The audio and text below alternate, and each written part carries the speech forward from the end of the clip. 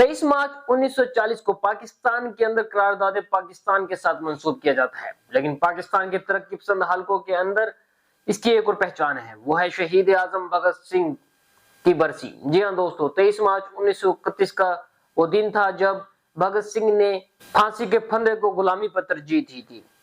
पाकिस्तानी रियासत के मुतासिबा रवैये की वजह से पाकिस्तान के अंदर नौजवान भगत सिंह के बारे में, उसकी फिक्र और उसके आइडियाज के बारे में बहुत कम जानते हैं।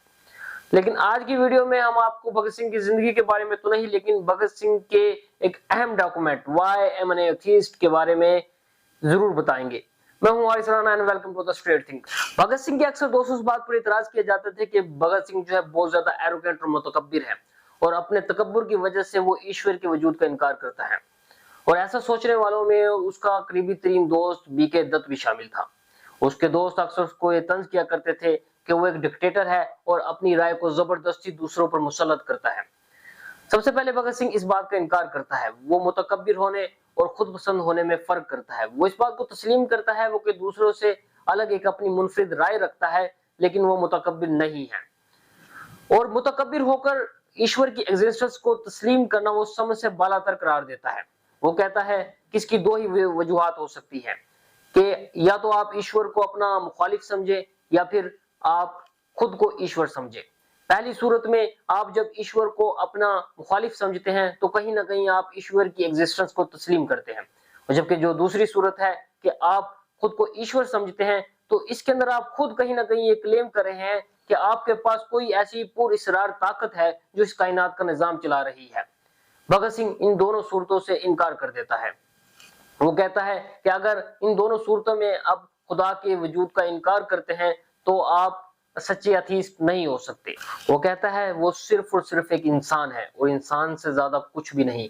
वो किसी भी बशरी तकाजे से बिल्कुल भी आजाद नहीं है और इंसान होकर ही वो ईश्वर की एग्जिस्टेंस को इनकार करता है। भगत सिंह के अक्सर दोस्त ये भी सोचते थे कि दिल्ली बम केस और लाहौर साजिश केस के अंदर उसे जो रातों रात शोहरत मिली है, इस शोहरत की वजह से उसका दिमाग खराब हो गया है और इस वजह से वो अथीस्ट हो गया है। जबकि भगत सिंह का कहना यह था कि ऐसा बिल्कुल भी नहीं है। वो मुलहिद उस वक्त हो चुका था जब वो कॉलेज के अंदर एक गुमनाम तालिब इल्म था। उसने जेरे साया जो परवरिश पाई थी वो अपने दादा के यहाँ पाई थी और उसके दादा जो थे आर्यन समाज से ताल्लुक रखते थे। आर्यन समाज में इंसान मजहबी होने के अलावा कोई दूसरा कुछ हो नहीं सकता। और इसके अलावा जो भगत सिंह की जिंदगी पे गहरी छाप थी वो उसके वालिद साहब की थी।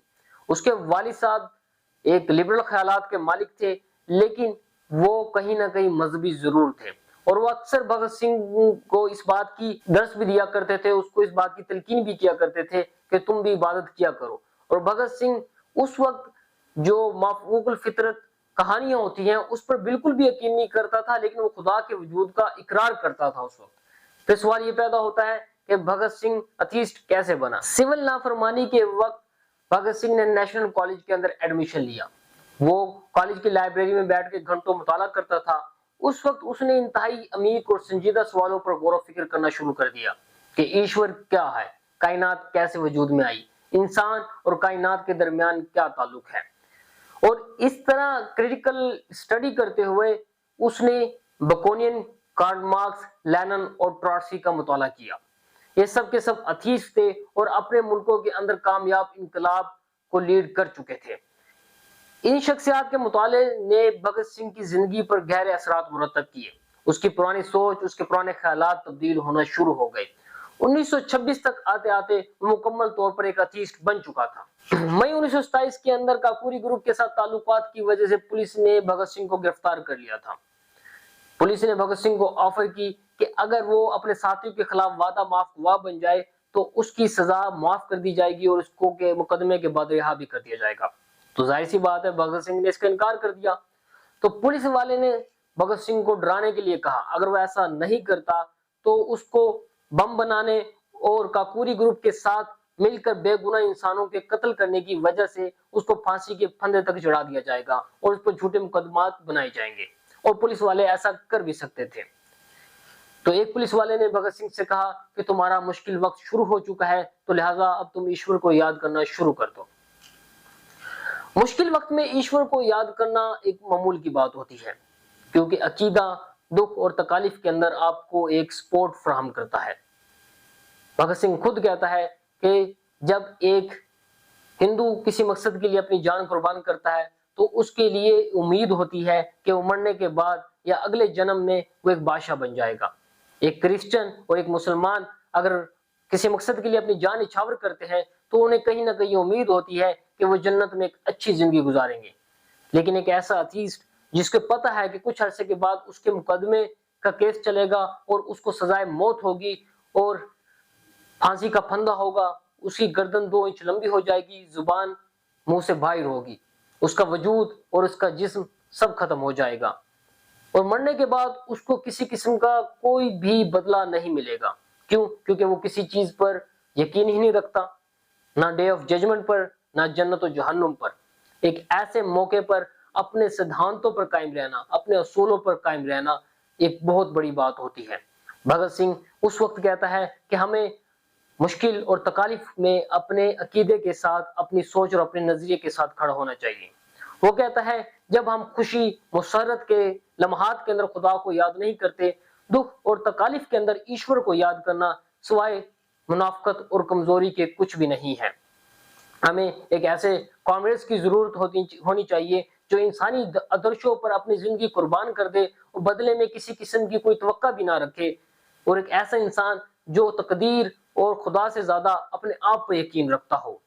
بھگت سنگھ ترکیب دیتا ہے کہ انسان کو حقیقت پسند ہونا چاہیے، وہ مطالعے کے ذریعے ہمیشہ بہتر سے بہتر ہونے کی کوشش کرتا رہے۔ ہو سکتا ہے وہ زندگی کے کسی مقام پر غلط ہو، لیکن کوشش کرنے کا حق کو ہمیشہ محفوظ رکھنا چاہیے۔ اس کے بعد بھگت سنگھ ان لوگوں کے لیے کچھ کوشچن ریز کرتا ہے جو کہ ایشور کی ایگزسٹنس پر یقین رکھتے ہیں۔ ان میں سے پہلا کوشچن تو یہ ہے کہ ایشور نے ایک ایسی دنیا کیوں بنائی جس کے اندر اس قدر دکھ، تکالیف اور مصائب تھے؟ اگر ایشور نے یہ کسی اصول اور ضابطے کے تحت کیا تو پھر وہ کیسا ایشور ہے جو کسی اصول اور ضابطے کے ماتحت ہے؟ وہ قادر و مطلق کیسے ہو سکتا ہے؟ نمبر 2، جب ایک ظالم کسی مظلوم پر ظلم کر رہا ہوتا ہے تو ایشور اس کے ہاتھ کیوں نہیں روکتا، حالانکہ ایسا کرنا اس کے لیے بہت زیادہ آسان ہے؟ نمبر 3، ایشور انگریزوں کے دل میں یہ جذبات کیوں نہیں پیدا کر دیتا کہ انہیں ہندوستان پر قبضہ ختم کر دینا چاہیے؟ نمبر 4، وہ سرمایہ داروں کے ذہن میں بات کیوں نہیں ڈال دیتا کہ انہیں اپنی قدر زائد، اپنی زائد پیداوار محنت کشوں میں تقسیم کر دینی چاہیے اور سوشلزم کو ایک پریکٹیکل شکل دے دینی چاہیے؟ بعض لوگ سوشلزم کے نام سے صرف اس لیے دور بھاگتے ہیں کہ انہیں لگتا ہے کہ ایک عملی چیز نہیں ہے، لیکن جبکہ ایک ایشور کے لیے یہ تو ایک بالکل پریکٹیکل چیز ہے۔ بھگت سنگھ کہتا ہے کہ اس نے بہت سے ایتھیسٹ اور ملحد لوگوں کی زندگی کا مطالعہ کیا ہے جنہوں نے اپنے بل بوتے پر اپنی زندگی میں مشکلوں پر قابو حاصل کیا ہے۔ وہ ان کے نقش قدم پر چلنا چاہتا ہے اور ان کے نقش قدم پر چلتے ہوئے وہ ایک مرد کی طرح موت کو ویلکم کرنا چاہتا ہے۔ بھگت سنگھ آخر میں کہتا ہے کہ میرے ایک دوست نے مجھے کہا تھا کہ زندگی کے آخر میں موت جب تمہارے قریب ہوگی تو تم خدا پر ایمان لے آؤ گے۔ تو وہ کہتا ہے نو فرینڈ، ایسا کبھی نہیں ہوگا۔ میرا سوچنے کا طریقہ بالکل واضح ہے، میں مشکل حالات کے اندر بھی اپنے سدھانتوں اور پرنسپلز پر کبھی کمپرومائز نہیں کروں گا، اور اگر ایسا کرنا متکبر ہونا ہے تو مجھے متکبر ہونا، انا پرست ہونا قبول ہے۔